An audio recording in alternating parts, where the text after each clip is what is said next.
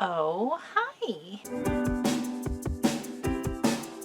This week we're doing like a proper quick project for real this time. I can't imagine I'll turn this into 20 minutes, even though it's like the thing I'm best at. But we're gonna attach a patch to a hat with a sewing machine, hopefully. I do this a bunch at one of my part-time jobs, though this is a little bit more reinforced than they tend to be, but I think it's still doable. I think my machine can handle it. So I thought I'd show you how to stitch something two-dimensional onto something three-dimensional like this, because it honestly never would have occurred to me before. So got our hat, right? A lot of them have something here. It's usually pretty elasticy, but if you're able to, hold it down, and then I like to pin it into the underside of the brim like this. Don't have it so this is sticking out, because you're gonna kind of have to manhandle the hat. Just pick a couple spots to keep it from folding under where you're trying to sew. There's a couple spots right there. Now we're gonna take this very good patch. I'm very amused by this. I want one for myself. And oh, there was a little patch on here because it's a Carhartt hat. So I did unpick it and try to like get it as back to just plain black canvas as I could. And honestly, with how dirty this hat is gonna get like week one, it's not gonna be a noticeable difference, that little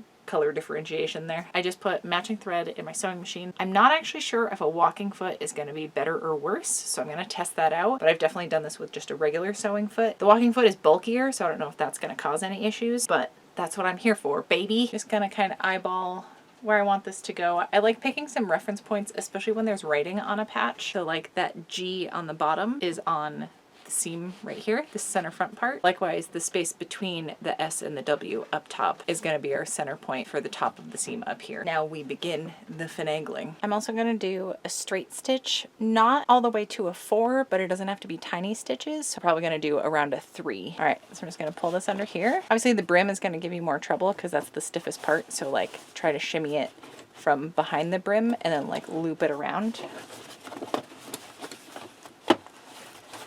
And you're going to want to invert that part of the hat where that center seam is going. There's usually more reinforcement there. So this is going to be the trickiest part of the hat to add something on other than the brim itself, which I don't think I could sew through.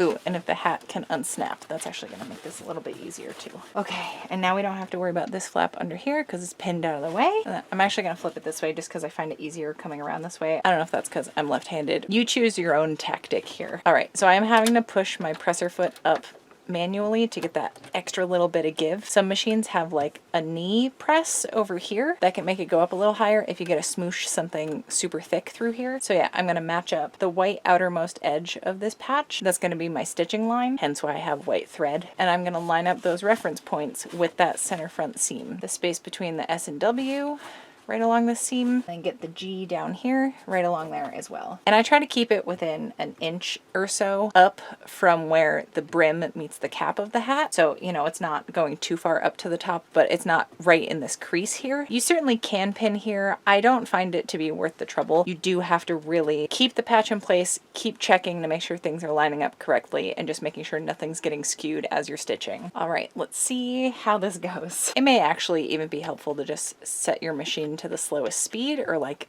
hand crank it, especially if you have a lot of curves to go around. Ain't no shame in going slow if you're getting it right the first time.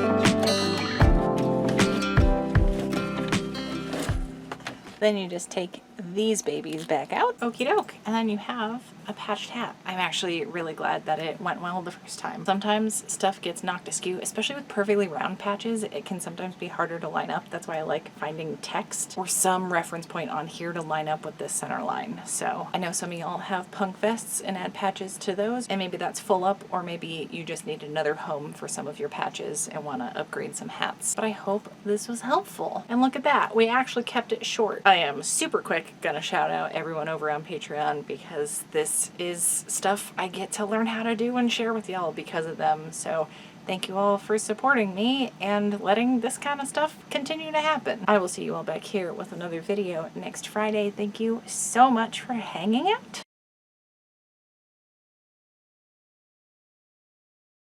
It gets worse before it gets worse. It gets worse before it gets worse. Yeah.